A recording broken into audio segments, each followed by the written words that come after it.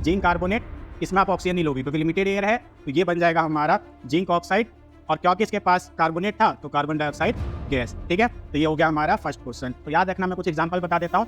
Al2O3, ZNO, PbO, ठीक है, ये सब एम्फोटेरिक ऑक्साइड हैं, यानी एल्युमिनियम ऑक्साइड, जिंक ऑक्साइड और लेड ऑक्साइड। तीनों के तीनों जो होते हैं दोनों प्रॉपर्टी शो करते हैं, एसिडिक और बेसिक। सिनाबार को यानी कि मर्क्यूरिक सल्फाइड को जो है पहले हीट करते हैं और क्या सिंपली बना देते हैं मर्क्यूरिक ऑक्साइड, और फिर इस मर्क्यूरिक ऑक्साइड को और हीट करते हैं तो बन जाता है मरकरी और ऑक्सीजन, तो यानी ये रिड्यूस हो जाता है। तो मेटल में याद रखना मरकरी, जो कि आपके थर्मामीटर वगैरह में भी यूज होता है, वो भी जो पहले ग्लास वाले थर्मामीटर आते थे। और दूसरा नॉन मेटल में ब्रोमीन याद रखना, एक लौता ऐसा नॉन मेटल है जो रूम टेम्परेचर पे लिक्विड रहता है। स्वागत है आपका डीसीसी के डिजिटल प्लेटफॉर्म पे, जहां पढ़ाने के नाम पे सिर्फ पढ़ाया जाता है।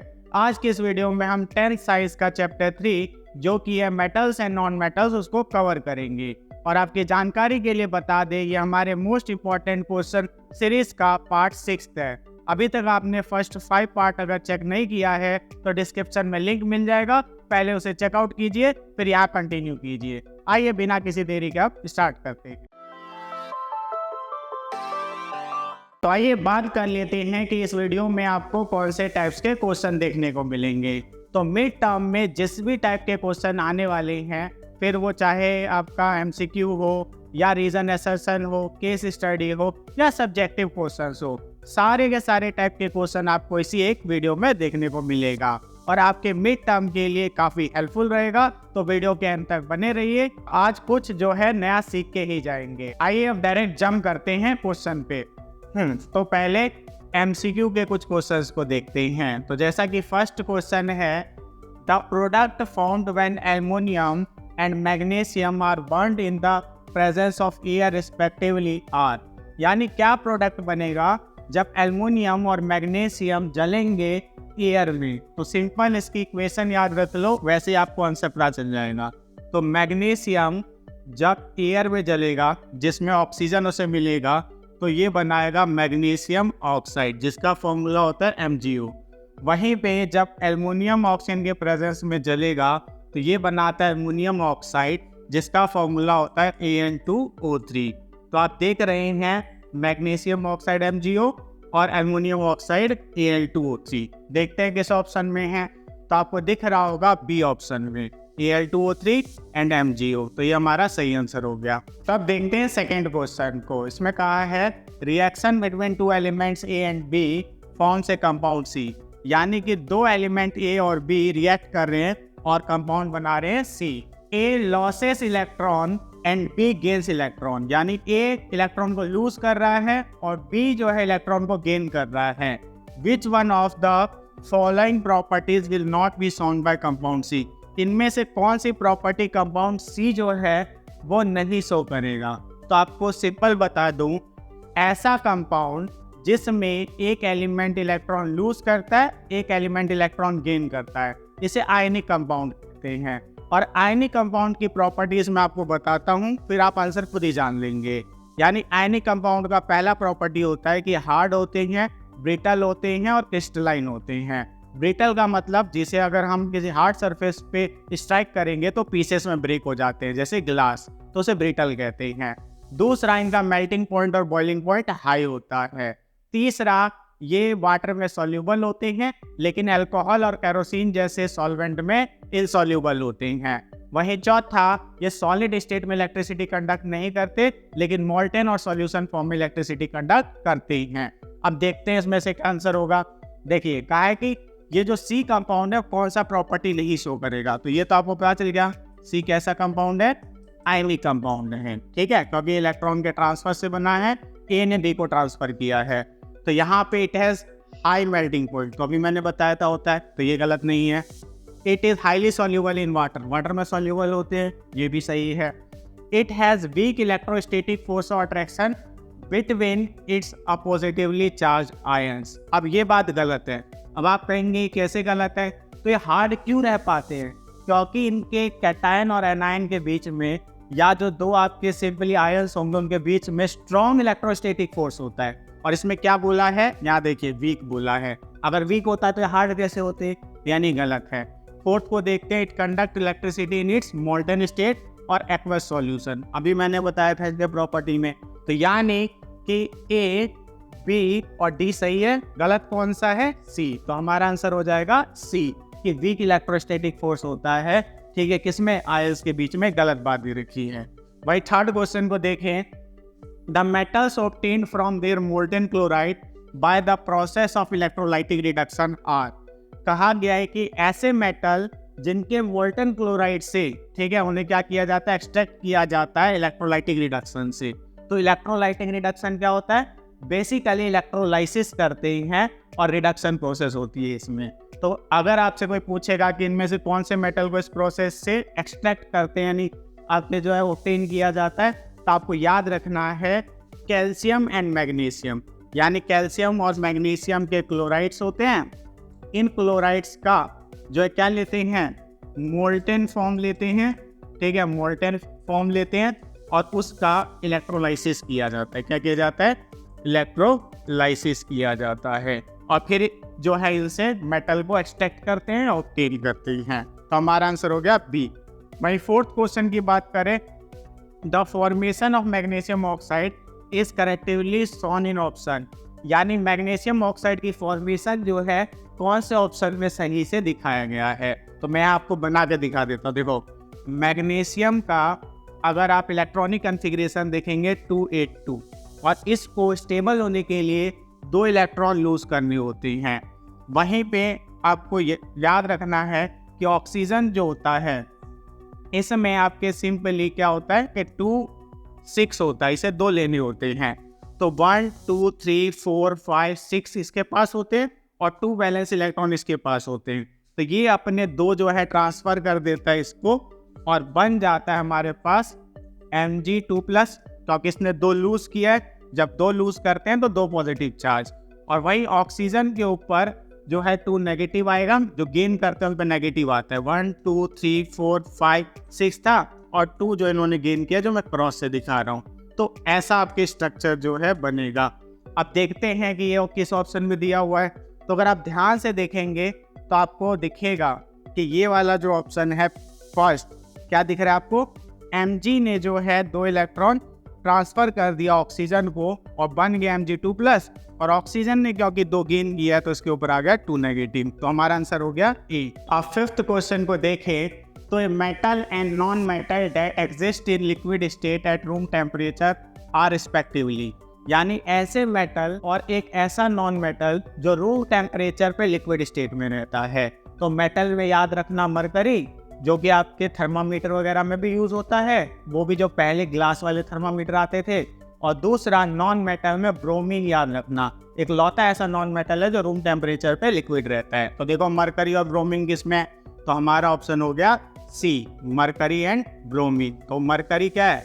मेटल है जो रूम टेम्परेचर पे लिक्विड स्टेट में रहता है, और ब्रोमीन नॉन मेटल है जो रूम टेम्परेचर पे लिक्विड स्टेट में रहता है। तो दोनों के दोनों लिक्विड स्टेट में होते हैं रूम टेम्परेचर पे, ऐसे याद रखना है।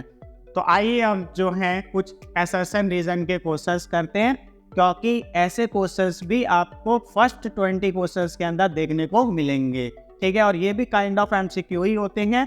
4 ऑप्शन दिए जाते हैं आपको, जिसमें से पहला ऑप्शन यही बताता है कि असर्शन और रीजन दोनों सही हैं और रीजन करेक्ट एक्सप्लेनेशन है। वही दूसरे ऑप्शन में आपको देते हैं असर्शन रीजन दोनों सही है और जो रीजन है वो करेक्ट एक्सप्लेनेशन नहीं है असर्शन का। तीसरा देते हैं असर्शन सही है, रीजन गलत है। चौथा देते हैं असर्शन गलत है, रीजन सही है, ठीक है। तो ये 4 ऑप्शन यहाँ पे आपको दिख रहे होंगे। तो आइए हम डायरेक्ट क्वेश्चन करते हैं। तो असर्शन के नाम पे दिया है the solution of ionic compound are good conductor of electricity. यानी कि जो सॉल्यूशन होंगे आयनिक कंपाउंड के वो गुड कंडक्टर होंगे इलेक्ट्रिसिटी के। ये मैंने आपको पीछे ही बताया है कि जो आयनिक कंपाउंड होते हैं वो सॉल्यूशन फॉर्म में इलेक्ट्रिसिटी कंडक्ट करते हैं। तो ये सही है बिल्कुल। वहीं पे रीजन की बात करें, movement of atoms of element takes place in solution. यानी कहा गया है कि एलिमेंट्स के एटम मूव करते हैं सॉल्यूशन में, और ये बिल्कुल गलत है। कभी भी एलिमेंट के एटम मूव नहीं करते हैं, बल्कि जो आयंस होते हैं वो मूव करते हैं। और आयंस कब बनते हैं? इलेक्ट्रॉन गेन करने पर या लूज करने पर कंपाउंड बनाते समय। तो मतलब कि आपका रीजन गलत है, असर्शन सही है। और ये कौन से ऑप्शन में देखने को मिलता है? सी में। असर्शन सही, रीजन गलत। तो यहाँ पे हमारा आंसर हो गया सी। फर्स्ट का आंसर है सी। वहीं सेकंड को देखें तो असर्शन के नाम पे दिया है the metals and alloy are good conductor of electricity. Metal और एलॉय जो है गुड कंडक्टर होते हैं। अब आप में से कुछ बच्चे ऐसा भी सोचेंगे कि एलॉय क्या होता है, तो एलॉय मेनली होमोजेनियस मिक्सचर होता है दो या उससे ज़्यादा मेटल का या मेटल और नॉन मेटल का। जैसे एग्जांपल दे दूं तो ब्रास, कॉपर और जिंक को मिला के बनता है एलॉय। वहीं अगर बात करें एक मेटल और नॉन मेटल वाला, आयरन के भी एलॉय आते हैं जिसमें आयरन और साथ में कार्बन मिलाया जाता है उसको हार्डनेस देने के लिए। तो ये जो आयरन का एलॉय हो गया या ब्रास की बात की, ये आपको नॉर्मली देखने को मिलते हैं। तो यहाँ पे मेटल और एलॉय दोनों ही कहा गया गुड कंडक्टर होते हैं इलेक्ट्रिसिटी के, और ये बिल्कुल सही बात है, होते हैं। वहीं पे bronze is alloy of copper and tin and it is not good conductor of electricity. कहा है कि ब्रॉन्ज जो एलॉय है कॉपर और टिन का, और ये गुड कंडक्टर नहीं होता इलेक्ट्रिसिटी का। ये बिल्कुल गलत बात है। कैसे, आप खुद बताइए। कॉपर तो सबसे अच्छा कंडक्टर होता है, तो कॉपर से बना एलॉय जो कि ब्रॉन्ज है वो कैसे आपके जो है पुअर कंडक्टर हो जाएगा या बैड कंडक्टर हो जाएगा। तो यानी कि हमारा जो आपके असर्शन है वो सही है, लेकिन जो रीजन है वो गलत है। तो ये कौन से ऑप्शन में, अगेन सी, यानी कि असर्शन सही, रीजन गलत। वहीं पे अगर थर्ड की बात करें तो असर्शन के नाम पे दिया है कैल्शियम फ्लोट इन वाटर, और आपको याद रखना है ये बिल्कुल सही है। कैल्शियम और मैग्नीशियम ऐसे दो मेटल होते हैं जिनको जब हम वाटर से रिएक्ट करवाते हैं तो ये वाटर के सरफेस पे फ्लोट करते हैं। अब आपके दिमाग में आएगा कि आखिर ये कैसे फ्लोट करते हैं। तो जब भी इनकी वाटर के साथ रिएक्शन होती है तो हाइड्रोक्साइड बनता है और साथ में हाइड्रोजन गैस प्रोड्यूस होता है, और ये हाइड्रोजन गैस के बबल्स जो होते हैं वो इनके सरफेस पे स्टिक हो जाते हैं, जिस वजह से ये फ्लोट करते हैं। तो अभी देखो रीजन में क्या दिया हुआ है। रीजन में calcium react with water to form hydrogen gas and bubbles of hydrogen gas stick to the calcium metal surface. तो अभी मैंने ये रीजन दिया था, तो ये वही बात कह रही है, कैल्शियम रिएक्ट करता है वाटर के साथ और हाइड्रोजन गैस बनाता है, और जो बबल होंगे हाइड्रोजन गैस के वो चिपक जाते हैं कैल्शियम के मेटल सरफेस पे, और कैल्शियम की एवरेज डेंसिटी वाटर से कम कर देते हैं, जिस वजह से ये वाटर के सरफेस पे फ्लोट करते हैं। तो यानी कि दोनों सही भी है, और रीजन जो है वो एक्सप्लेन भी कर रहा है किसको, असर्शन को। और ये कौन से ऑप्शन में देखने को मिलता है, ई में। तो इसका आंसर हो गया ए, ठीक है, तीसरे का। वही फोर्थ क्वेश्चन को देखें तो असर्शन है zinc fail to evolve hydrogen gas on reacting with dilute nitric acid. यानी कि जिंक जो है वो हाइड्रोजन गैस नहीं दे पाता है जब वो रिएक्ट करता है किसके साथ, डाइल्यूट नाइट्रिक एसिड के साथ। नाइट्रिक एसिड का फॉर्मूला होता है HNO3। इससे रिएक्ट करने पर हाइड्रोजन गैस नहीं देता है, ये कह रहे हैं, और ये बिल्कुल सही है। कभी भी कोई भी मेटल जो है आपके जब नाइट्रिक एसिड से रिएक्ट करता है तो हाइड्रोजन गैस नहीं देता है, जबकि और कोई एसिड से रिएक्ट करेंगे तो हाइड्रोजन गैस देंगे। इसका सिंपल सा आंसर है कि नाइट्रिक एसिड एक स्ट्रॉन्ग ऑक्सीडाइजिंग एजेंट है। ये हाइड्रोजन को ऑक्सीडाइज करके वाटर बना देता है, तो हाइड्रोजन गैस की जगह पे वाटर बनता है जब भी कोई मेटल किससे रिएक्ट करता है, नाइट्रिक एसिड से करता है। तो यानी कि जो असर्शन है सही है। रीजन के नाम पे देखते हैं, dilute nitric acid is oxidising agent and zinc gives no आपके व्हेन रिएक्ट विद इट। तो यानी हम कह सकते हैं डाइल्यूट नाइट्रिक एसिड जो है वो ऑक्सीडाइजिंग एजेंट है, और जिंक जो है नहीं देता है आपके हाइड्रोजन गैस जब इससे रिएक्ट करता है। तो हम कह सकते हैं कि ये स्टेटमेंट जो है आपका रीजन के नाम पे वो भी सही है। तो इसी की वजह से क्या होता है, आपके सिंपली हाइड्रोजन गैस नहीं मिलता, वो ऑक्सीडाइज होकर वाटर बन जाता है। तो यहाँ पे दोनों सही हैं और रीजन करेक्ट एक्सप्लेन भी कर रहे हैं असर्शन को। तो इसका आपके आंसर हो गया ए, यानी जिसमें दोनों सही होते हैं और रीजन करेक्ट एक्सप्लेन कर रहा होता है ए को। वही फिफ्थ क्वेश्चन देखें तो assertion metal low in reactivity series are very unreactive, the oxide of this metal can be reduce metals by heating alone. यानी कहा गया मेटल जो लो रिएक्टिविटी में होती हैं वो काफ़ी अनरिएक्टिव होती हैं, और ऑक्साइड जो होते हैं इन मेटल के, इन्हें रिड्यूस करके मेटल बना देते हैं सिर्फ हीट करके। तो इसके लिए आपको पहले कॉन्सेप्ट समझाता हूँ। सिंपली ज़्यादातर मेटल के जो ऑक्साइड्स होते हैं उनको रिड्यूस किया जाता है रिड्यूसिंग एजेंट जैसे कार्बन से, या डिस्प्लेसमेंट रिएक्शन करवा देते हैं ज़्यादा रिएक्टिव मेटल से, तो रिड्यूस हो जाते हैं और बन जाते हैं मेटल। जबकि जो रिएक्टिविटी सीरीज में आपके नीचे आते हैं उनके ऑक्साइड को ऐसा करवाने के लिए कोई आपके रिड्यूसिंग एजेंट की जरूरत नहीं होती है। उनको जस्ट गर्म करते हैं तो ऑक्सीजन रिलीज हो जाता है और वो रिड्यूस हो जाते हैं, मेटल हमें मिल जाता है। तो यहाँ पे अगर मैं बात करूँ तो देखो रीजन के नाम पे क्या दिया है, सिनाबार कहते हैं HGS को, यानी मर्क्यूरिक सल्फाइड को सिनाबार बोला जाता है, मरकरी के ओर को सिनाबार कहते हैं। तो when heated in air first gets converted into mercuric oxide which, एक मिनट इसे ऊपर कर देते हैं पहले। तो यहाँ पे जो है क्या कहा गया है कि cinnabar when heated in air first get converted into mercuric oxide which is then reduced to अब मरकरी ऑन फर्दर हीटिंग। यानी कहा गया है कि सिनाबार को यानी कि मर्क्यूरिक सल्फाइड को जो है पहले हीट करते हैं और क्या सिंपली बना देते हैं मर्क्यूरिक ऑक्साइड, और फिर इस मर्क्यूरिक ऑक्साइड को और हीट करते हैं तो बन जाता है मरकरी और ऑक्सीजन। तो यानी ये रिड्यूस हो जाता है, क्या हो जाता है, रिड्यूस हो जाता है। तो आप बताओ क्या इसमें कोई रिड्यूसिंग एजेंट लिया, नहीं, तो यानी कि कह सकते हैं कि ये भी बिल्कुल सही है।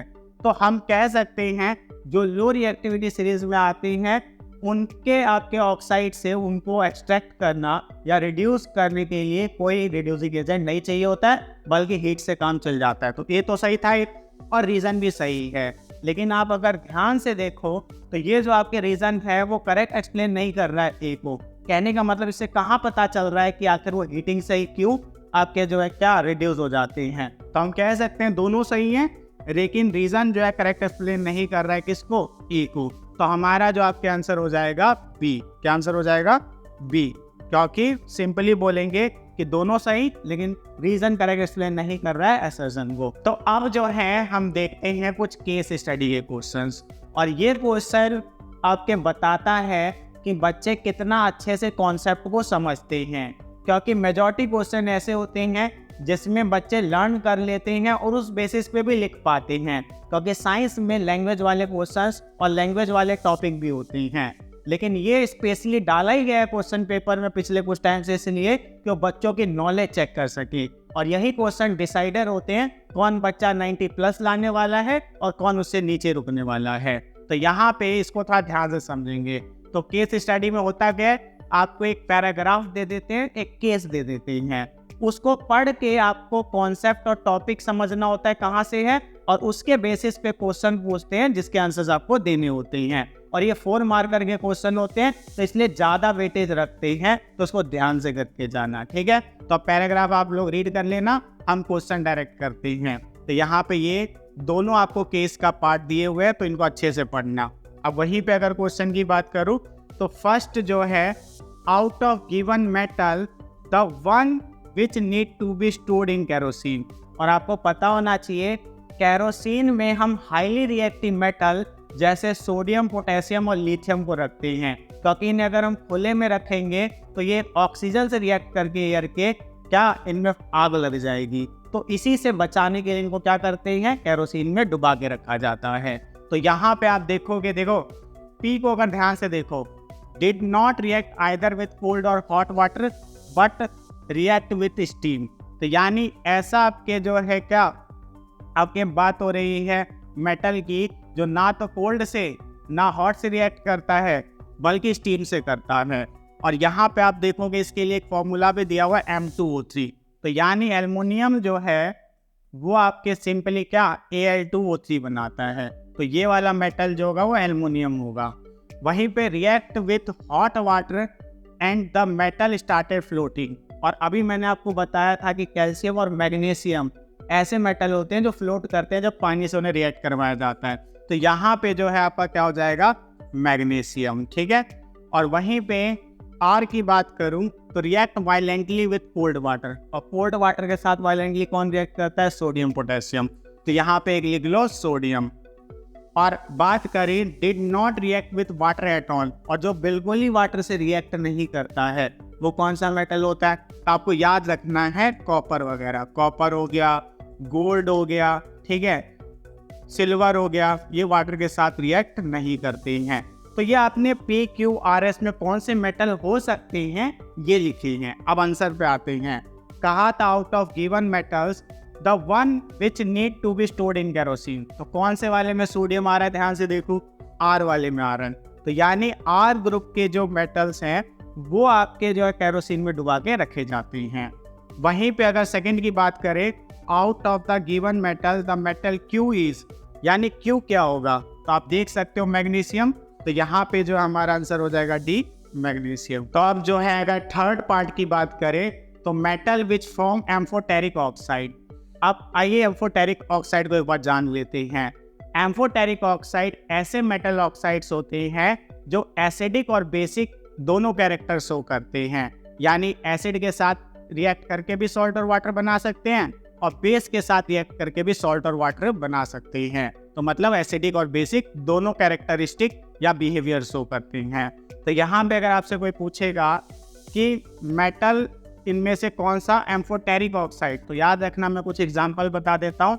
Al2O3, ZnO, PbO, ठीक है, ये सब एम्फोटेरिक ऑक्साइड हैं, यानी एल्युमिनियम ऑक्साइड, जिंक ऑक्साइड और लेड ऑक्साइड।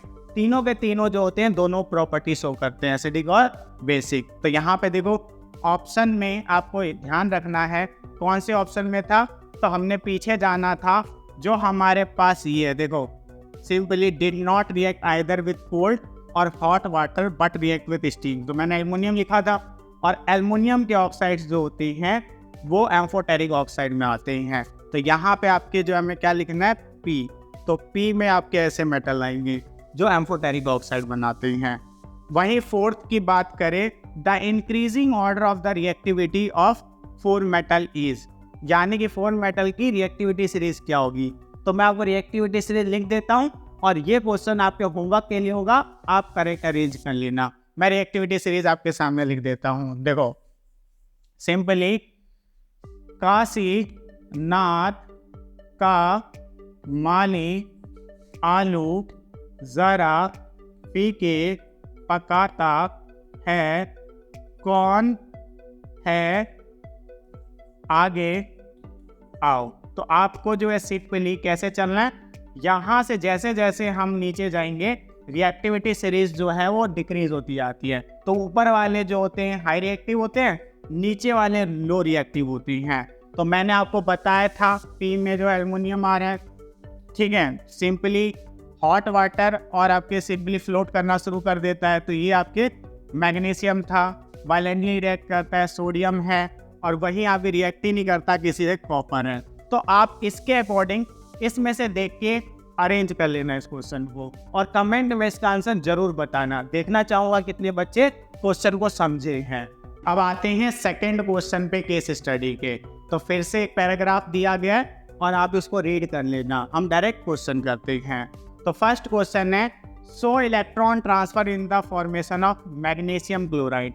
मैग्नीशियम क्लोराइड का होता है फॉर्मूला MgCl2, और यहीं पे मैं लिंक देता हूँ ताकि आपके लिए इजी हो जाए।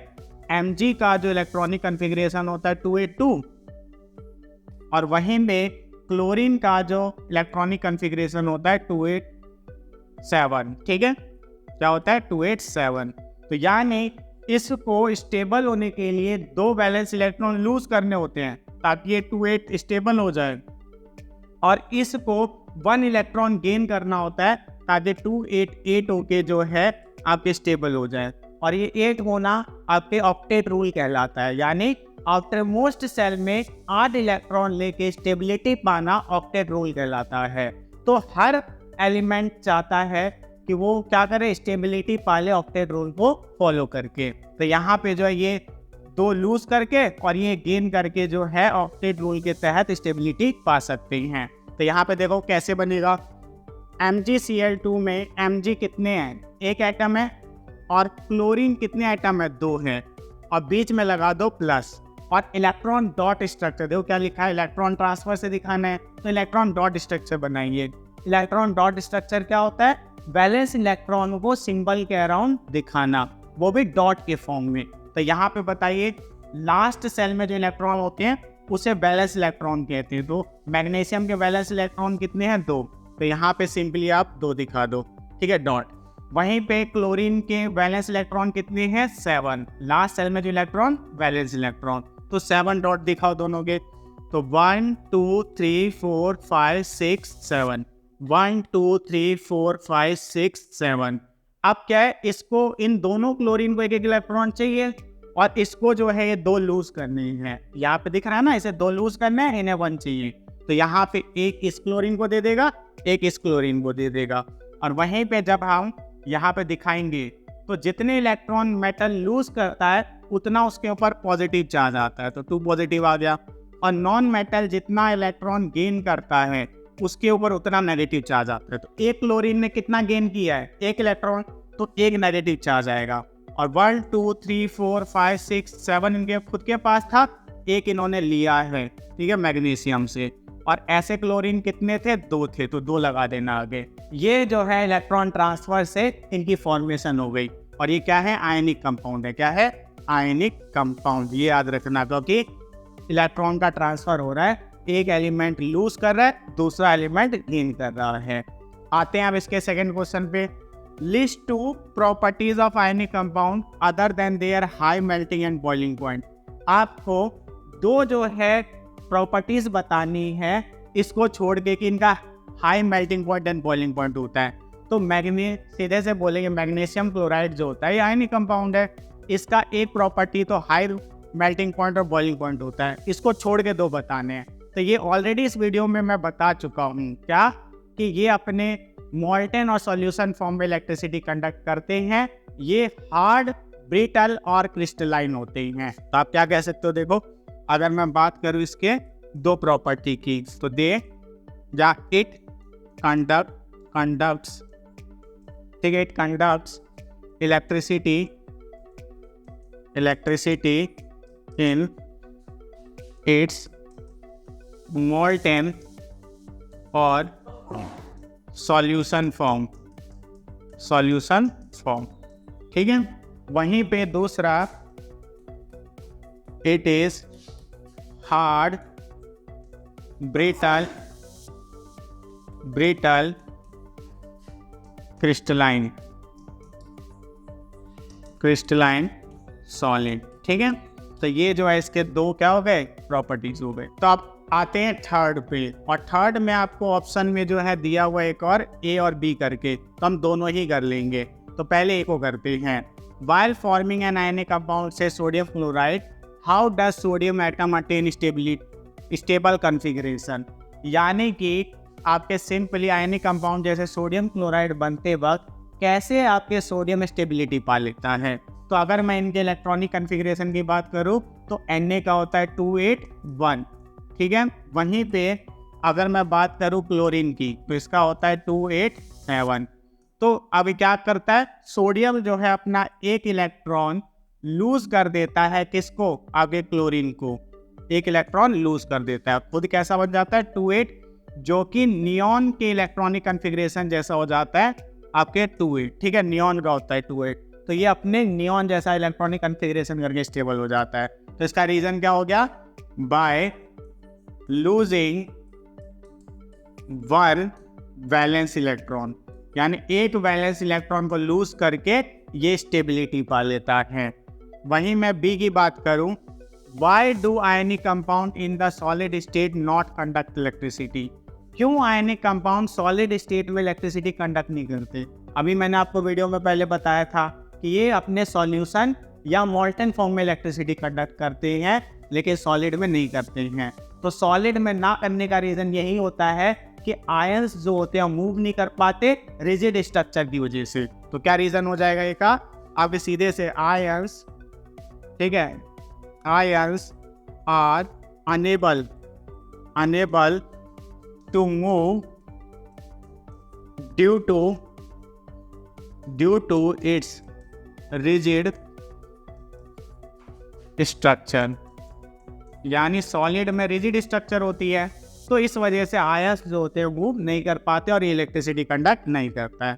वही सेकेंड की बात करें, what happens at the cathode when electricity is pass through an aqueous solution of sodium chloride.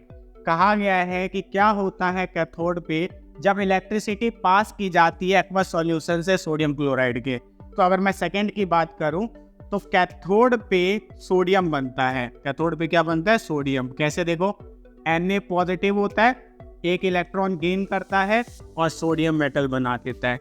यानी हम कह सकते हैं सोडियम का क्या होता है, रिडक्शन होता है। ठीक है, इलेक्ट्रॉन का गेन होना क्या होता है, रिडक्शन होता है। तो रिडक्शन होके सोडियम बन जाता है। तो ये होगा कैथोड पे, ये हमारा सेकंड हो गया, ये हमारा फर्स्ट हो गया। अब कुछ इंपॉर्टेंट सब्जेक्टिव क्वेश्चंस करते हैं, जो कि आपको क्या कुछ वर्ड्स में जिनके आंसर देने होते हैं। तो पहले शॉर्ट आंसर वाले यानी 2 मार्कर करते हैं।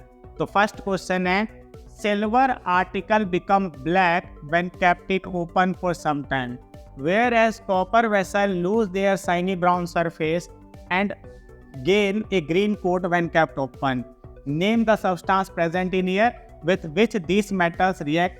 Write the name of the product formed. और देखो, इस क्वेश्चन को जानने का सबसे आसान तरीका है, मैं आपको रिएक्शन दिखाऊंगा, आपको आंसर खुद ही आ जाएगा। तो सबसे पहले सिल्वर के लिए देखते हैं। और सिल्वर, तो सिल्वर जो होता है वो एयर में प्रेजेंट जो सल्फर होगा या हाइड्रोजन सल्फाइड होगा, इसके साथ आपके रिएक्ट करेगा और बना लेगा आपके क्या, सिल्वर सल्फाइड। क्या बनाएगा, सिल्वर सल्फाइड। और ये जो होता है बेसिकली ब्लैक कलर का होता है। जैसे कलर का होता है ब्लैक।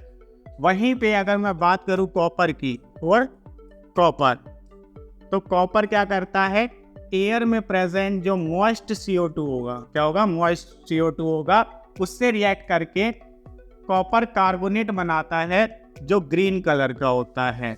तो अब आप इसका आंसर खुद ही जान गए होंगे। देखो कैसे कहा था, सिल्वर आर्टिकल ब्लैक हो जाता है जब वो आपके कुछ टाइम के लिए छोड़ा जाता है, जबकि कॉपर जो होता है वो शाइनी ब्राउन से ग्रीन कोट अपने ऊपर ले आता है जब खुले में रखा जाता है। तो क्या सब्सटेंस प्रेजेंट होगा एयर में जिससे मेटल रिएक्ट करते हैं। तो अगर आपसे कोई पूछेगा कि उस सब्सटेंस का नाम बताओ जो एयर में होता है जिससे रिएक्ट करते हैं, तो सिल्वर जो है वो किससे करता है, सिंपली सल्फर से। किससे करता है, सल्फर से। एयर में जो सल्फर प्रेजेंट होगा, या हाइड्रोजन सल्फाइड, हाइड्रोजन सल्फाइड से, सल्फाइड से। ठीक है, वहीं पे कॉपर जो होगा वो एयर में किससे रिएक्ट करता है, तो आपको याद रखना है मॉइस्ट CO2 से, यानी कार्बन डाइऑक्साइड से। और कहा गया name the substance present in air, ये वाला कर लिया। उसका कहा है name of the product form, जो प्रोडक्ट बनता है। तो प्रोडक्ट में एक प्रोडक्ट बनता है सिल्वर सल्फाइड जो ब्लैक कलर का होता है, सल्फाइड। और वहीं पे दूसरा बनता है कॉपर कार्बोनेट जो कि ग्रीन कलर का होता है, कॉपर कार्बोनेट। तो याद रखना रिएक्ट किससे होता है, तो सिंपली सिल्वर होता है सल्फर से या हाइड्रोजन सल्फाइड से, और वहीं पे आपके जो कॉपर होता है मॉइस्ट CO2 से रिएक्ट करता है। और प्रोडक्ट जो बनता है वो सिल्वर सल्फाइड बनता है और कॉपर कार्बोनेट बनता है। अब वहीं पे सेकंड क्वेश्चन को देखिए, the reaction of metal X with Fe2O3 is highly exothermic and is used to join railway tracks. Identify metal X. Write the chemical equation for the reaction. कितना simple question है। कहा गया है कि जो Fe2O3 है वो X से रिएक्ट करता है और ये रिएक्शन बहुत एक्सोथर्मिक होगी, यानी हीट रिलीज होगा बहुत ज़्यादा, और इसी रिएक्शन से रेलवे ट्रैक्स को जोड़ा जाता है, यानी वेल्डिंग में भी काम आता है। तो यहाँ पे याद रख लेना X जो है वो हमारा एल्युमिनियम भाई है, कौन है, एल्युमिनियम भाई। देखो यहाँ पे तो Fe2O3 Al के साथ रिएक्ट करता है और सिंपली Al2O3 क्या बनाता है, Al2O3 यानी aluminium oxide.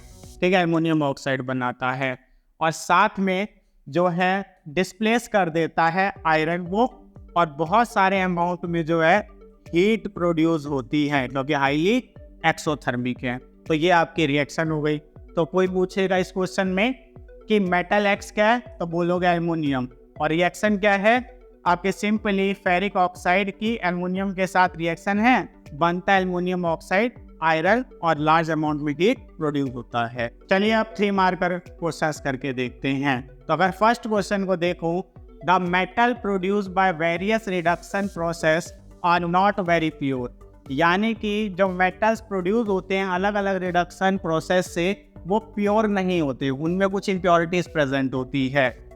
They contain impurities which must be removed to obtain pure metal. यानी उनको हमें क्या करना होता है, सिंपली रिमूव करना होता है और प्योर मेटल को ऑब्टेन करना होता है। The most widely used method for refining pure metal is electrolytic refining. और सबसे ज़्यादा जो यूज़ होने वाला प्रोसेस है प्योर मेटल को ऑब्टेन करना, ठीक है, उसके लिए क्या है, इलेक्ट्रोलाइटिक रिफाइनिंग। यानी इलेक्ट्रोलाइटिक रिफाइनिंग सबसे ज़्यादा यूज़ किया जाता है और सबसे क्या है, पॉपुलर प्रोसेस है जिससे हम प्योर मेटल ऑब्टेन कर पाते हैं। तो अब यहाँ पे देखो क्या बोला है, simply first what is cathode and anode made of in the refining of copper by this process. यानी अगर कॉपर को रिफाइन करना है, यानी प्योर कॉपर ऑब्टेन करना है, तो हमें कैथोड किससे बनाना होगा, एनोड किससे बनाना होगा। तो बहुत सिंपल है, यहाँ पे आंसर कर रहा हूँ फर्स्ट क्वेश्चन का आंसर एनोड बनता है।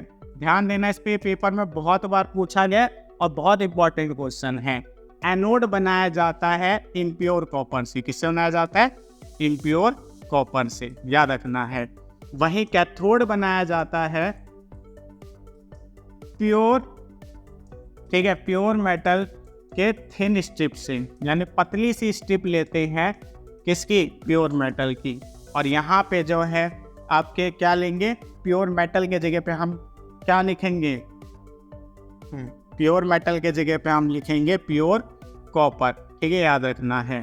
तो एनोड बनेगा इम्प्योर कॉपर से, कैथोड बनेगा प्योर कॉपर के थिन स्ट्रिप से, ये याद रखना है। तो ये हमारा फर्स्ट पार्ट हो गया। सेकेंड पार्ट है name the solution used in the above process and right it's formula. कहा गया है कि ये जो इलेक्ट्रोलाइटिक रिफाइनिंग होगी कॉपर को ऑब्टेन करने के लिए प्योर, उसमें कौन सा सॉल्यूशन लेंगे और उसका फॉर्मूला लिखना है। तो अगर मैं सॉल्यूशन की बात करूं तो ये क्या होगा, एसिडिफाइड कॉपर सल्फेट सॉल्यूशन होगा, कॉपर सल्फेट सॉल्यूशन होगा। और वहीं पे अगर मैं फॉर्मूले की बात करूं तो फॉर्मूला हमारा हो जाएगा CuSO4, ये याद रखना है। अब आपके मन में आएगा कि इसे एसिडिफाइड क्यों बोला, सीधा कॉपर सल्फेट सॉल्यूशन बोलते, तो आप बोल देना कि इसमें थोड़ा सा अब सल्फ्यूरिक एसिड मिलाया गया होता है। तो आइए अब थर्ड पार्ट को करते हैं, ठीक। अभी जो है ऑलरेडी बोर्ड काफ़ी भरा हुआ है, पहले इसको क्लीन कर लेते हैं, थोड़ा स्पेस बनाते हैं, फिर करके देखते हैं, ठीक। तो आइए अब थर्ड की तरफ। तो यहाँ पे थर्ड में कहा गया है how copper get refined when electric current is passed in the electrolytic cell.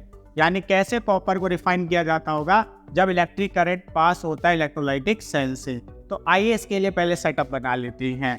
तो यहाँ पे आपके हम जो इलेक्ट्रोड सेटअप करते हैं, एक आपके जो हमें एनोड दिखाना है, एक कैथोड दिखाना है। आप चाहे तो इसे बैटरी से कनेक्ट होते हुए भी दिखा देना।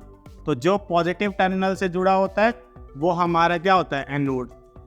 और मैंने अभी बताया था कि ये प्योर कॉपर ये जो है इम्प्योर कॉपर से बनेगा। किससे बनेगा, इम्प्योर कॉपर से बनेगा।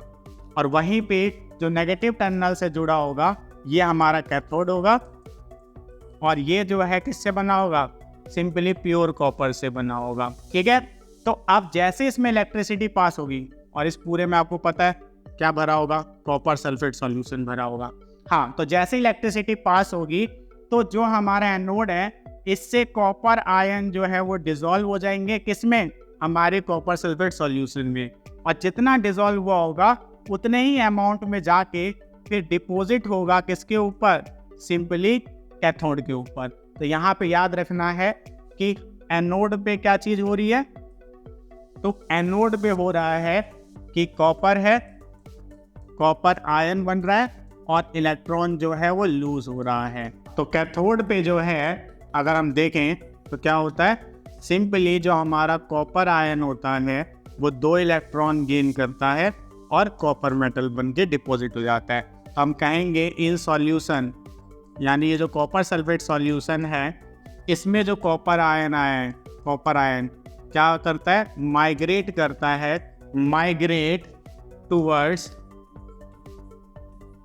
कैथोड। तो यानी क्या, सिंपली देखो जो हमारा एनोड था, आपके जैसे इलेक्ट्रिसिटी पास करेंगे तो कॉपर आयन जो है क्या करेगा, डिसॉल्व करना शुरू करेगा सॉल्यूशन में, और वहाँ से वो कॉपर आयन जो है कहाँ की तरफ आपके माइग्रेट करेंगे, कैथोड की तरफ, और कैथोड पे जो है ये रिएक्शन होगी और हमारा कॉपर जो है वो डिपॉजिट हो जाएगा। ठीक है, तो वहीं पे इसको क्लीन करते हैं ताकि थोड़ा स्पेस बने। अब आते हैं सेकंड के बी पे। यू हैव आपके 2 beakers A and B containing copper sulphate solution, यानी 2 बीकर है और दोनों बीकर में के कौन सा सॉल्यूशन है, कॉपर सल्फेट है। कौन सा सॉल्यूशन है, कॉपर सल्फेट है दोनों में। ठीक है, अब वहीं पे कहा गया है what would you observe after about 2 hours if you dip a strip of zinc in beaker A and strip of silver in beaker B, give reason for your observation in each case.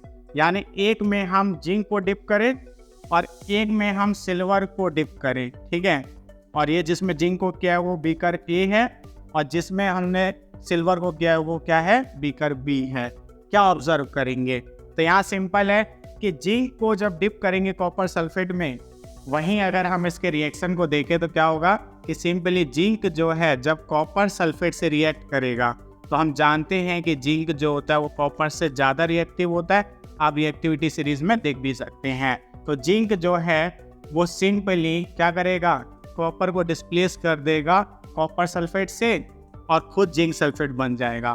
तो क्या observe होगा, जो greenish colour था या bluish greenish colour था किसका, copper sulphate का, वो फेड होता जाएगा और रेडिश ब्राउन कलर जो है वो डिपॉजिट होना शुरू हो जाएगा कॉपर की वजह से किसके ऊपर, जिंक के ऊपर। तो हम क्या बोलेंगे, 2 ऑब्जर्वेशन, एक तो ब्लूइश कलर जो है, ठीक है, ब्लूइश कलर, ठीक है, डिसअपियर बोल दो या फिर फेड बोल दो, फेड।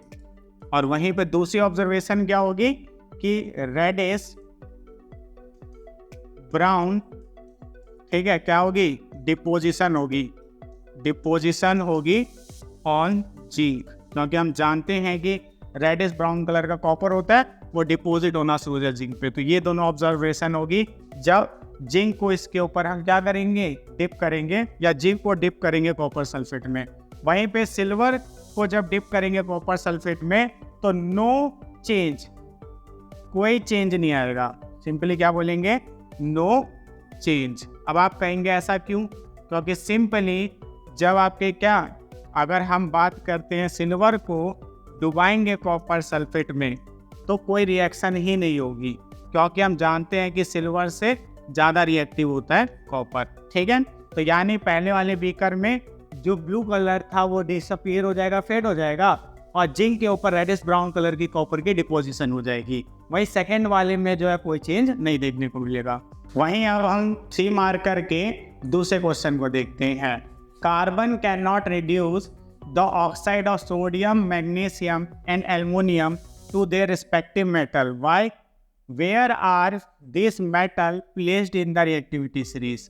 तो कहा गया है कि क्यों कार्बन जो है वो रिड्यूस नहीं कर पाता सोडियम, मैग्नीशियम और एल्युमिनियम के ऑक्साइड को, ठीक है, उनके मेटल में। तो आपको पता है, देखो, सोडियम Na, पोटेशियम के, मैग्नीशियम Mg, अगर इनका ऑक्साइड हो, ठीक है, तो उससे मेटल जो है नहीं बना पाता रिड्यूस करके, मेटल नहीं बना पाता रिड्यूस करके, ठीक है, कौन, अब सिंपली कार्बन नहीं बना पाता है।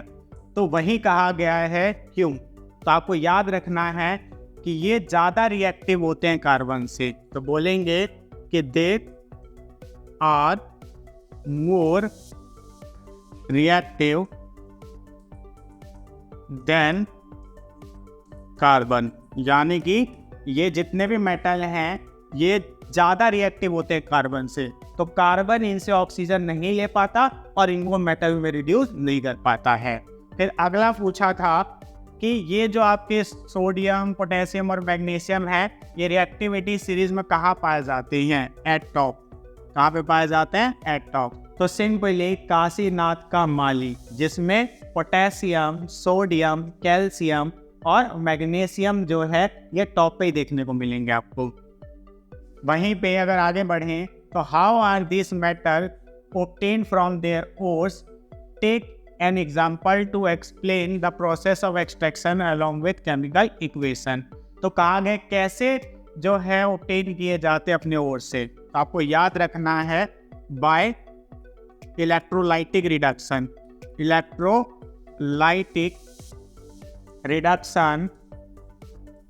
Reduction of their molten ore, यानी इनके ओर का मोल्टेन फॉर्म लिया जाता है और उसका इलेक्ट्रोलाइटिक रिडक्शन कर देते हैं, तो हम इन मेटल को एक्सट्रैक्ट कर पाते हैं इनके नेचुरल ओर से। ठीक है। और रही बात कि एक एग्जांपल से समझाने के लिए, तो ये आपका एनसीईआरटी में एज इट इज दिया हुआ है। आप चैप्टर के लास्ट में जब एक्सट्रैक्शन ऑफ मेटल करेंगे तो वहाँ इलेक्ट्रोलाइटिक रिडक्शन का ये वाला सेम एग्जांपल दिया हुआ है, तो वहाँ से आप कर सकते हैं। अब हम लॉन्ग आपके आंसर टाइप क्वेश्चन करेंगे जो 5 मार्कर में आते हैं, और ये ऐसे क्वेश्चंस होते हैं जिनकी वेटेज ज़्यादा है। तो ये क्वेश्चंस आपको काफ़ी हेल्प करेंगे क्या आपके मिड टर्म के एग्जाम में ज़्यादा स्कोर करने में। तो यहाँ पे ध्यान देना क्योंकि ये रिपीट हुए हैं कई बार। तो a, copper produce by heating the ore in air is not very pure, describe the method used for refining impure copper, draw label diagrams of the process. और ये मैंने अभी जब हम 3 मार्कर का क्वेश्चन कर रहे थे तो वहाँ पे किया है, तो वहीं से आप इसको कर लेना है। सेम वही है कि इलेक्ट्रोड सेटअप करना है, कैथोड एनोड बताना है कैसे बनता है, और इलेक्ट्रोलाइट कौन सा लिया जाता है और कैसे वो माइग्रेट करके कॉपर बनाता है, तो वही वाला है, कर लेना आप आराम से।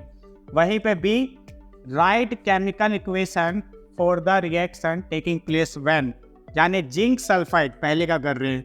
जिंक सल्फाइड जो है क्या इज हीटेड इन एयर, तो जब एयर में हीट होता है तो ऑक्सीजन से रिएक्ट करता है और बनाएगा, ध्यान देना थोड़ा सा, कि zinc oxide plus sulphur dioxide, क्योंकि सल्फर था इसके पास सल्फाइड में, ऑक्सीजन से रिएक्ट करके सल्फर डाइऑक्साइड और इसका ऑक्साइड भी आपके साथ के साथ बनता है।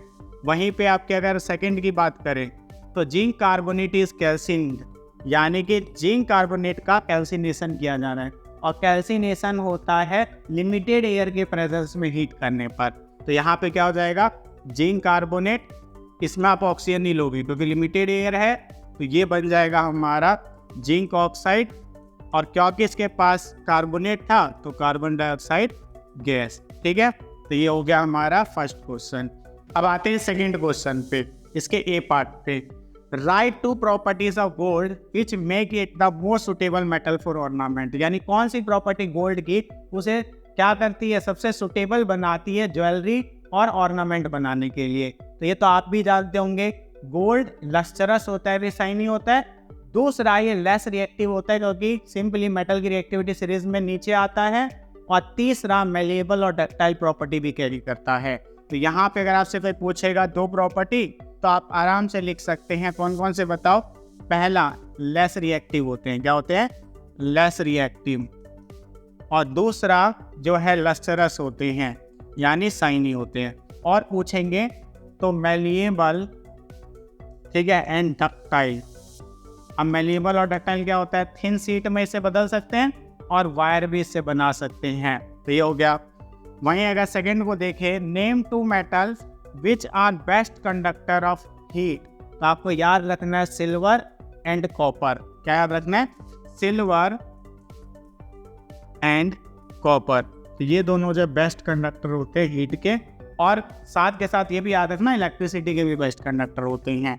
वही third, name 2 metal which melt when you keep them on your palm, यानी 2 ऐसे मेटल का नाम बताना है जिन्हें हथेली पर रखेंगे अपने तो वो मेल्ट हो जाती हैं। तो अगर मैं बात करूँ थर्ड की, तो आपको याद रखना है गैलियम, ठीक है, जिसका जो मेल्टिंग पॉइंट होता है 29.8 जो है डिग्री सेल्सियस होता है, 29.8 डिग्री सेल्सियस होता है। और दूसरा है सीजियम, क्या है, सीजियम, जिसका मेल्टिंग पॉइंट 28.5 डिग्री सेल्सियस होता है, जो रूम टेम्परेचर से भी ऑलमोस्ट कम होता है। तो जैसे हम हथेली पे डालते सी गर्मी से एक मेल्ट हो जाता है। तो ये हमारा थर्ड हो गया। तो ये था फर्स्ट कि गोल्ड को क्या ऑर्नामेंट बनाने के लिए सबसे सुटेबल बनाता है, और दूसरा था कि 2 मेटल बताओ जो आपके सिंपली बेस्ट कंडक्टर होते हैं हीट के, और तीसरा था 2 मेटल बताओ जो हथेली पे मेल्ट हो जाते हैं। B, explain the formation of ionic compound CaO with electron dot structure. और आपको एटॉमिक नंबर दिए हुए हैं 20 और 8, ये तो आपको पता ही होना चाहिए। 30 आपके एटॉमिक नंबर तक के एलिमेंट आपको लर्न होने चाहिए 10th के लिए, ठीक है। तो यहाँ पे जो है अगर मैं इसकी इलेक्ट्रॉन डॉट स्ट्रक्चर से फॉर्मेशन दिखाऊं तो कैल्शियम का आपके क्या इलेक्ट्रॉनिक कॉन्फ़िगरेशन होता है 288 और वहीं पे ऑक्सीजन का होता है 26। तो आप आराम से देख सकते हैं कि कैल्शियम को 2 इलेक्ट्रॉन लूज करनी होती हैं और ऑक्सीजन को 2 गेन करने होते हैं। तो इस तरीके से कैल्शियम अपने 2 वैलेंस इलेक्ट्रॉन लूज करता है और ऑक्सीजन 2 इलेक्ट्रॉन गेन करता है। तो यहाँ पे अगर हम इसका देखा है तो पहले इलेक्ट्रॉन डॉट स्ट्रक्चर बनाते हैं। तो कैल्शियम का होगा अब सिंपली 2 ही आपके जो है वैलेंस इलेक्ट्रॉन है तो 2 डॉट दिखाओगे। वहीं पे आपके ऑक्सीजन के पास 6 वैलेंस इलेक्ट्रॉन है तो आप जो है 6 दिखाओगे, 1 2 3 4 5 6। और अब क्या होगा, ये कैल्शियम इसको 2 इलेक्ट्रॉन ट्रांसफर कर देगा और यहाँ पे आपको पता है कि जो जितने लूज करता है उसके ऊपर उतना पॉजिटिव चार्ज आता है, तो ये Ca सिंपली 2 पॉजिटिव बन गया। और वहीं पे इस इलेक्ट्रॉन को हटा दे रहा हूँ। और ऑक्सीजन ने क्योंकि 2 इलेक्ट्रॉन गेन किए हैं तो ऑक्सीजन पे 2 नेगेटिव आएगा। 1 2 3 4 5 6 इसके खुद के थे और 2 इसने गेन किए हैं। तो ये आपका हो गया कैल्शियम ऑक्साइड का फॉर्मेशन, वो भी इलेक्ट्रॉन डॉट स्ट्रक्चर से, ठीक है। तो ये थे कुछ most important questions chapter 3 metal and non metal के। ऐसे और चैप्टर्स के इंपॉर्टेंट क्वेश्चन देखने हैं तो चैनल पे प्लेलिस्ट है और उसकी लिंक आपको डिस्क्रिप्शन में देखने को मिल जाएगी, जाके उसे चेकआउट कीजिए। और अगर ये वीडियो आपको अच्छी लगी हो तो इस वीडियो को ज़्यादा से ज़्यादा शेयर कीजिए, बेल आइकन को ऑल पे सेट करके चैनल को सब्सक्राइब कर दीजिए। मिलते हैं नेक्स्ट वीडियो में, तब तक के लिए बाय।